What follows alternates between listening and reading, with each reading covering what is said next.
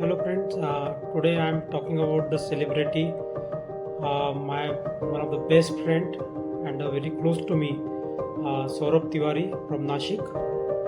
सौरभला मी प्रथम भेटलो हनुमाननगरमध्येच आणि तिथूनच आमची मैत्री सुरू झाली. सगळ्यांना माहीतच आहे की Saurabh it's a face of PH3. आताही इंट्रोडक्शनमध्ये मॅक्झिमम इंट्रोडक्शन्स सौरभनेच केले आणि एक अत्यंत मनमिळावू आणि हेल्पफुल असा सौरभ. आणि त्याला आम्ही छोटा सरदारसुद्धा म्हणतो. जसा मोठा सरदार योगेश, त्याची ओळख आता झालेलीच आहे.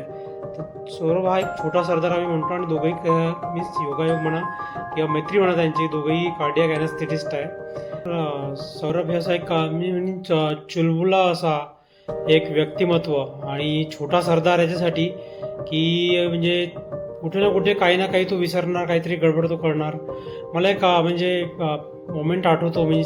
मी त्याला सोडायला नागपूरच्या रेल्वे स्टेशनला गेलेलो होतो, मला वाटते राजधानीवर, आणि त्याची ट्रेन जस्ट आली स्टेशनला आणि त्याच्यानंतर याला आठवलं की त्याची बॅग जी आहे ती तो गणेश टेकडीच्या मंदिरात विसरला. आणि नंतर मला तिथे उभं केलं, म्हणे की आता तू ट्रेन कसे करून तिथे होल्ड करायची, आणि तो पळाला बॅग घ्यायसाठी.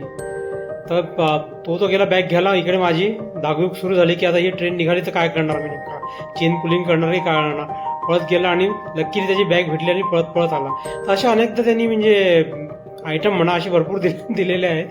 तर बऱ्याचदा मला वाटते 1-2दा तो आपला मोबाईल तिथेच ट्रेनमध्ये विसरलेला आहे. असे बऱ्याचदा लास्ट मोमेंटला फ्लाईट कॅच करायसाठी पळणार, कधी कधी फ्लाईट मिस पण झाली आहे मला वाटते. तर असा हा थोडेफार सरदारकी आयटम याचे असे सुरू राहतात. पण अभ्यासाच्या बाबतीत म्हटलं तर अत्यंत शार्प, इंटेलिजंट आणि मी म्हणेन एक्सपर्टाईज ज्याचा आहे.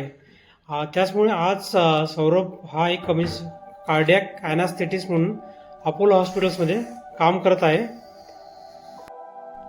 तसेच अपोलो हॉस्पिटलच्या कित्येक नवीन उपक्रम म्हणा, हार्ट ट्रान्सप्लांट म्हणा, लंग ट्रान्सप्लांट म्हणा, त्यांच्या टीमचा तो एक ॲक्टिव्ह मेंबर आहे. मी बऱ्याचदा त्यांनी मागे शेअर केलं होतं की during transport of the heart from one city to another city to green corridor, he was accompanying in the with the organ. So he is active member of this heart transplant. आणि आता तो त्याला invite सुद्धा केला जाते बऱ्याचदा conference किंवा various medical कॉलेजेसमध्ये on this topic lecture delivers करण्यासाठी. तर अशा प्रकारे त्यांनी आपला एक एक्सपर्टाईज या फील्डमध्ये निवडला आहे आणि तो एक as a director and head म्हणून तिथे अपोलो हॉस्पिटलमध्ये ॲनास्थेशियाचा म्हणून काम करतो आहे. तर जर सौरभसोबत आठवायचं म्हटलं तर बऱ्याचशा अशा आठवणी आहेत. पण स्पेशली मी म्हणेन माझी जी नाशिक व्हिजिट होती ती अविस्मरणीय, आणि आम्ही खूप फिरलो त्यावेळेस. आणि त्यांनी त्याचं कॉलेज दाखवलं मला, कॉलेज रोड दाखवला नाशिकला. तिथे खूप आम्ही एन्जॉय केलं.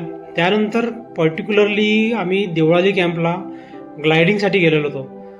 आजपर्यंतच्या माझ्या आयुष्यातलं मी म्हणेन की one of the most precious moment आणि व्हेरी ॲडव्हेंचरस मोमेंट. मी तो खूप एन्जॉय केला, आम्ही दोघांनी खूप तो एन्जॉय केला. असा तो मोमेंट होता.